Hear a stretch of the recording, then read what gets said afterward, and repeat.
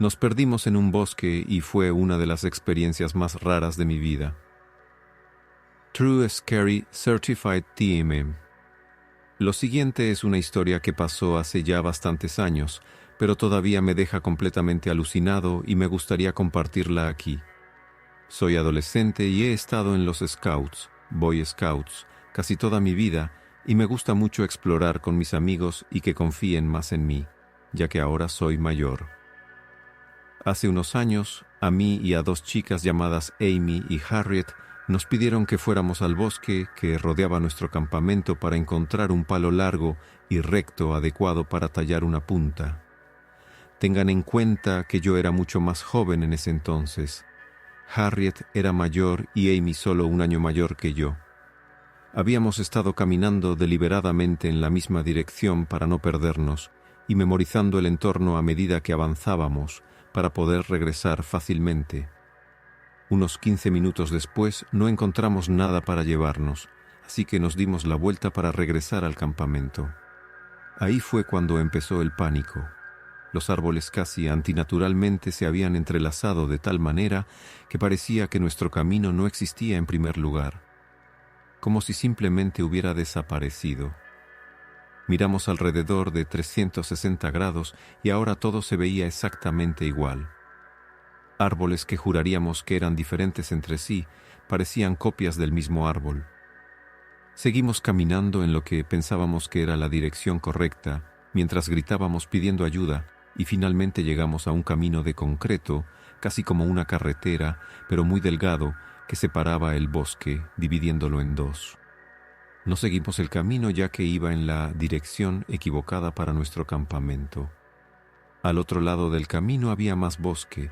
Sin embargo, cerca había una choza abandonada, probablemente utilizada para almacenamiento o cualquier otra cosa. No teníamos idea de que algo así existiera aquí en estos bosques, así que simplemente seguimos caminando. Finalmente llegamos a una carretera que no reconocimos. Una mujer que vestía un abrigo rosa y morado de Regatta Outdoors pasó caminando y le preguntamos frenéticamente por la dirección de nuestro campamento, ya que a estas alturas, según nuestros relojes y el teléfono de Harriet, llevábamos caminando 1 hora y media. Ella dijo que nunca nos había visto antes, pero dijo que hay otro campamento en esa dirección. Seguimos su consejo y finalmente regresamos a nuestro campamento. Nos disculpamos frenéticamente por tardar tanto y por no haber encontrado nada. El líder Ian pudo ver que los tres estábamos conmocionados y declaró confundido que solo habíamos estado fuera 25 minutos y que nuestro tiempo libre aún estaba en curso. Hasta el día de hoy esto nos deja a los tres alucinados, ya que nuestro tiempo libre era de 40 minutos y nuestros relojes y teléfonos habían dicho que habíamos estado fuera durante horas. El bosque en el que nos perdimos se sentía opresivo y claustrofóbico, como si hubiéramos entrado en un área a la que el concepto de tiempo no se aplicaba. Creo en lo paranormal, sin embargo, esto fue tan diferente a cualquier cosa que haya escuchado o experimentado antes. Literalmente fue como si hubiéramos estado en un vórtice temporal o algo así, y que horas en el bosque fueran solo minutos en el resto del mundo. La sensación fue muy extraña y se quedó conmigo durante el resto del campamento. Gracias por leer mi historia. Es rara, pero es verdad. Si quieres escuchar más historias de mi extraña vida hasta ahora, entonces siéntete libre de votar y comentar.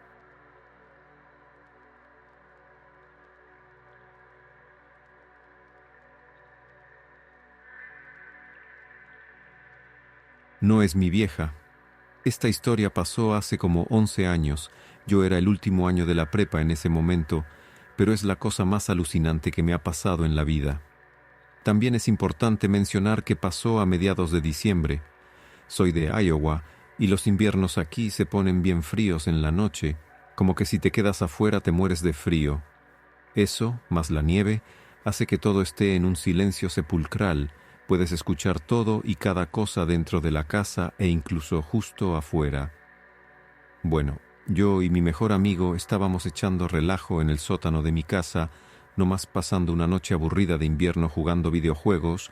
También éramos los únicos en casa. La razón por la que estábamos solos es porque mi mamá se fue del trabajo directo a un bar a tomar unos tragos con sus compañeros.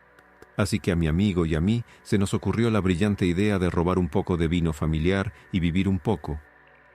Mientras estábamos ahí sentados abriendo la primera botella, escucho que la puerta del garaje se abre y se cierra de un portazo.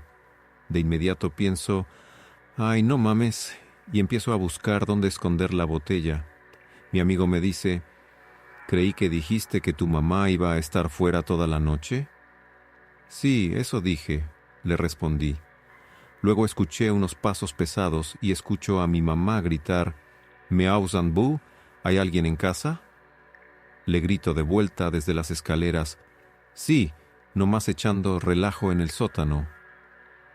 Escucho unos pasos más que se mueven de la puerta del garaje hacia las escaleras y ella grita de nuevo, «¿Puedes venir a ayudarme con algo? Necesito que subas». Le respondo mientras trato frenéticamente de encontrar un buen lugar para esconder la botella de vino. «Sí, dame un minuto». Luego hubo silencio por unos 20 segundos. «¿Hay alguien ahí abajo contigo?», gritó de vuelta con un tono más preocupado y serio, con una voz que no era exactamente la de mi mamá. Esto fue lo primero que me hizo pensar que algo no estaba bien.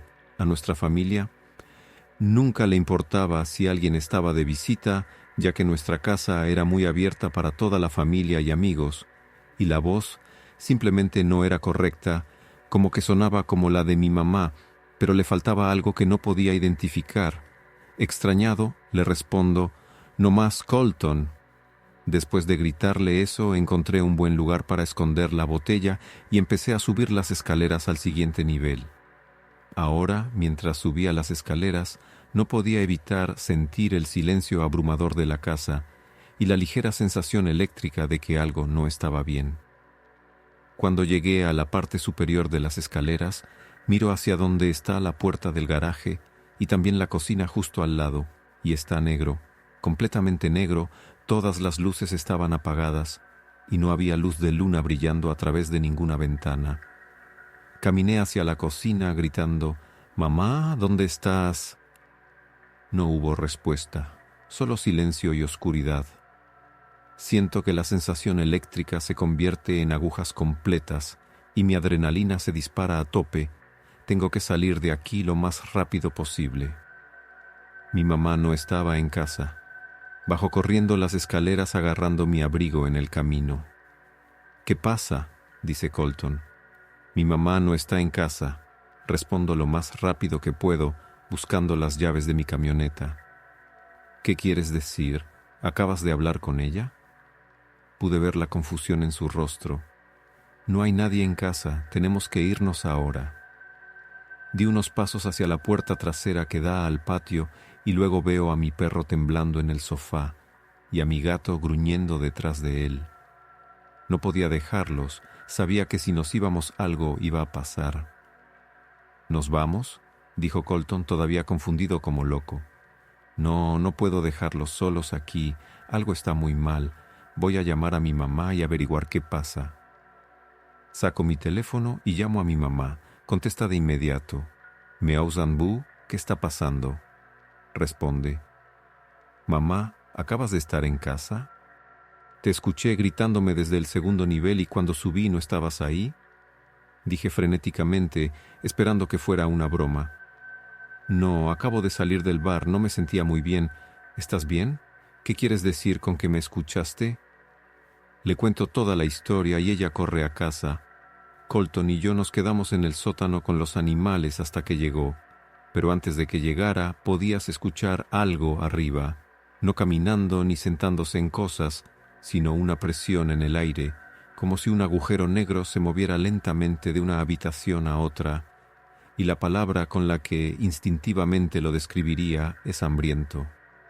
Cuando llegó a casa, pudiste sentir que la cosa se fue tan rápido como vino, como si una presencia depredadora abrumadora acabara de volar.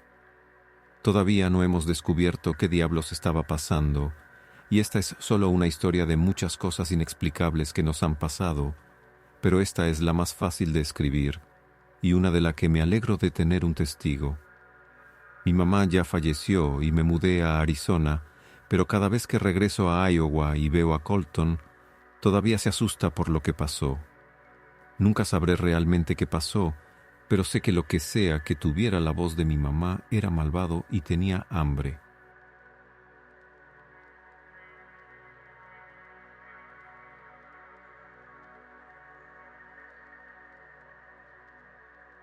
Vi a mi compañero de trabajo que lo arrestaron y luego descubrí que tenía un plan siniestro para mí. Trabajé con este hombre por poco más de 3 años. Trabajamos bastante cerca en algunos proyectos durante los últimos 2 años e incluso nos sentábamos cerca en el trabajo. En septiembre me presenté y vi a unos 10 detectives en mi lugar de trabajo. Me sorprendió un poco, ya que esto era bastante inusual en mi área. Miré a mi alrededor y vi que mi compañero de trabajo estaba esposado y parecía bastante desaliñado, lo cual, para ser honesta, no era fuera de lo normal. Me acerqué a los detectives, me presenté y les hice saber quién era en relación con él. Pregunté qué estaba pasando y me explicaron por qué lo estaban arrestando. Por el bien del caso, no compartiré más que era una persona asquerosa. En el transcurso de las siguientes 3 horas, observé cómo desmantelaban su estación de trabajo, revisaban sus pertenencias, tomaban fotos de evidencia, etc. Me sacaron y me metieron en habitaciones respondiendo preguntas sobre su carácter, lo que sabía de él y mis sentimientos hacia él como persona. Les dije que me daba una sensación extraña en el estómago, que siempre le he dicho a mi esposo que no me sorprendería que la policía alguna vez viniera a buscarlo, que mi esposo incluso pensaba que era raro, y que si alguna vez desaparecía, él sería la primera persona en ser sospechoso. No me di cuenta de lo real que casi era esto. El detective en el lugar me dijo que habían emitido una orden de registro en su casa y que estaban buscando allí cualquier evidencia. Parece que encontraron más de lo que anticiparon y estaban buscando ver si había algo más, no relacionado con lo que estaban investigando actualmente. Me preguntaron mi nombre y el de mi esposo para confirmar algo que encontraron, lo cual me pareció extraño, pero lo dejé pasar y llamé a mi esposo para actualizarlo sobre los acontecimientos del día hasta el momento. Sin embargo, en la última hora me llamaron por última vez y uno de los detectives principales, que ni siquiera podía mirarme, me aconsejó que me asegurara de estar segura y protegida en caso de que no lo detuvieran ese día. Resulta que había estado escribiendo en un diario sobre mí durante al menos 1 año, diciendo que quería estar conmigo, pero el problema era que yo estaba casada. Luego, su diario delineó un plan para incriminar a mi esposo por engañarme. Y el final resultó en mi muerte, causada por él, mi compañero de trabajo. El oficial dijo que todo lo demás era más vil de lo que jamás había escuchado, hasta el punto de que estaba llorando cuando me decía que me asegurara de estar segura. Llorando, un detective, y no quería asustarme. Afortunadamente, fue acusado y le espera mucho tiempo en prisión, pero todavía pienso en eso. Me mantiene despierta por la noche. Simplemente te demuestra que nunca conoces realmente a alguien, ni siquiera a tus compañeros de trabajo.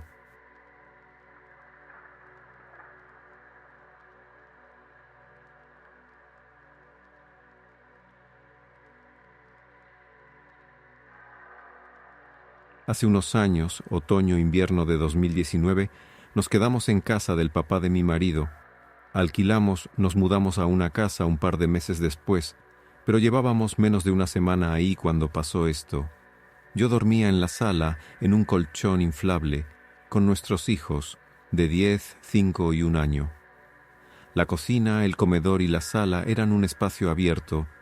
Había una barra con una mesada y un lavadero del lado de la sala, aunque él nunca tuvo banquitos ni la usó así.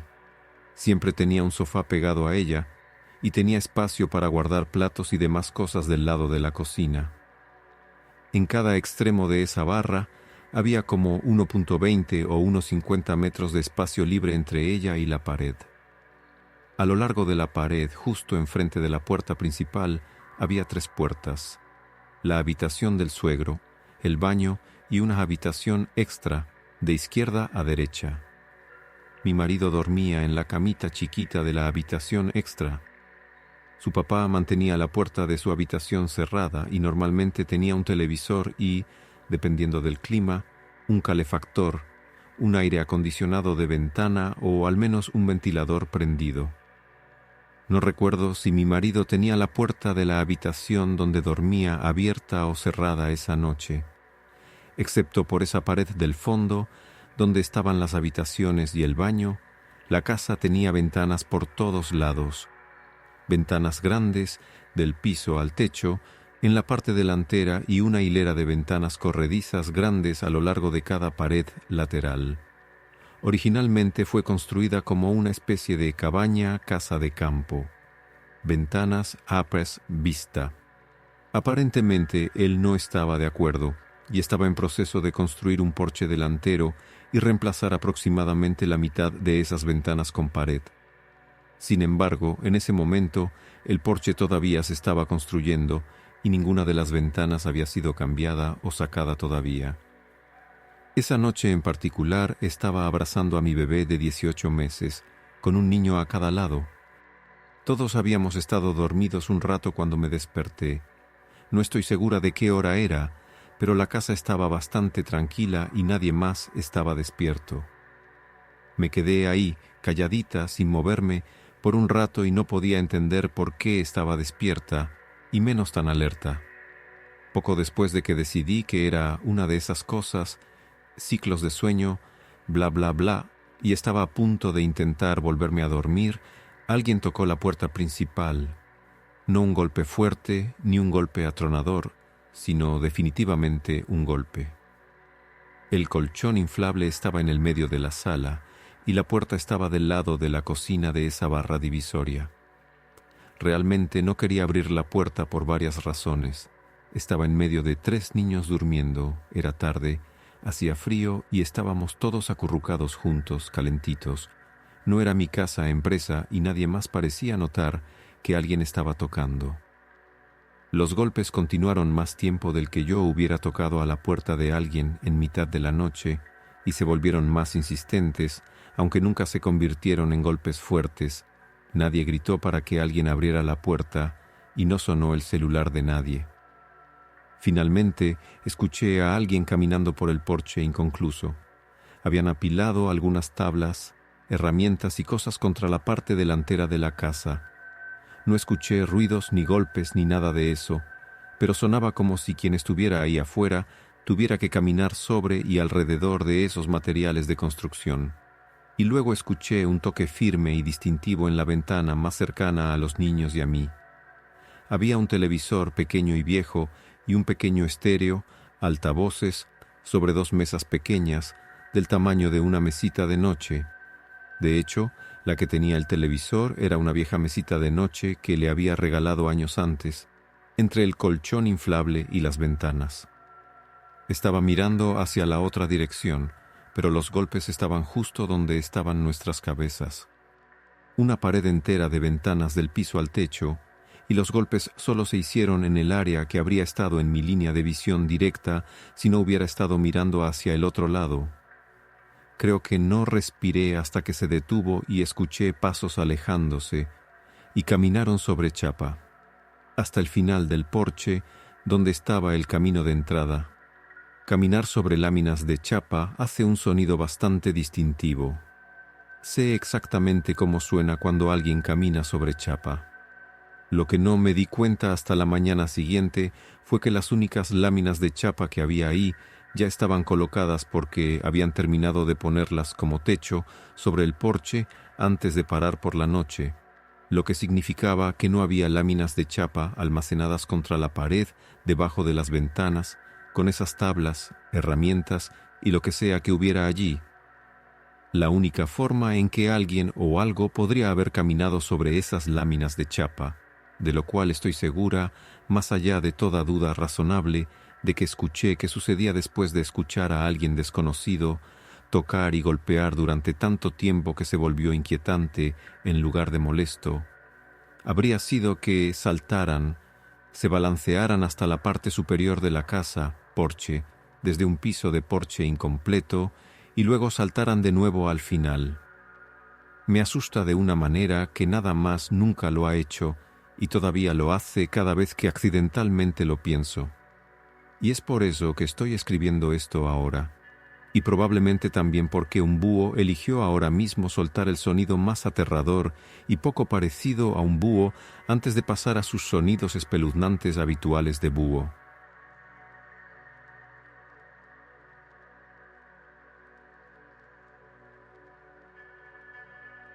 Trabajé como despachador en una ambulancia de una estación bastante chiquita, cerca de una ciudad grande en el medio de Itiehue. Ni idea qué tan específico puedo ser.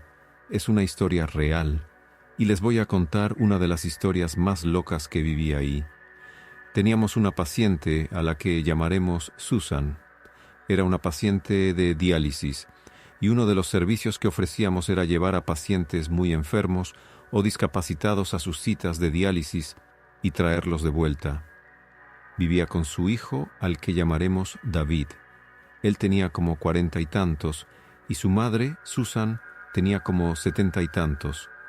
Todas las semanas, como un relojito, teníamos una unidad que llevaba a Susan a sus tratamientos de diálisis 3 veces por semana y la traía de vuelta. Todos la conocían en la estación porque llevábamos bastante tiempo haciéndole este servicio. Estábamos familiarizados con ella y con su hijo, ya sea la tripulación viéndola en persona y cuidándola, o hablando con ella o con su hijo por teléfono con frecuencia sobre las citas, como yo hacía. Todos la conocían. Naturalmente, cuando las tripulaciones tenían noticias sobre su salud, lo reportaban para mantener a todos al tanto de cómo estaba. En un momento ella no se sentía nada bien, pero quería ir a su cita de diálisis, así que, obviamente, la llevamos. En esa cita, mientras recibía el tratamiento de diálisis, perdió el conocimiento y nuestra tripulación la llevó rápidamente al hospital. Cuando llegó el momento de su siguiente cita de diálisis, llamamos al hospital para ver si la habían dado de alta y si podía ir a la cita. El personal del hospital nos informó que probablemente la darían de alta al día siguiente y que recibiría el tratamiento de diálisis en el hospital. Luego llegó el momento del siguiente tratamiento y llamamos al hospital y nos dijeron que la habían dado de alta un día antes.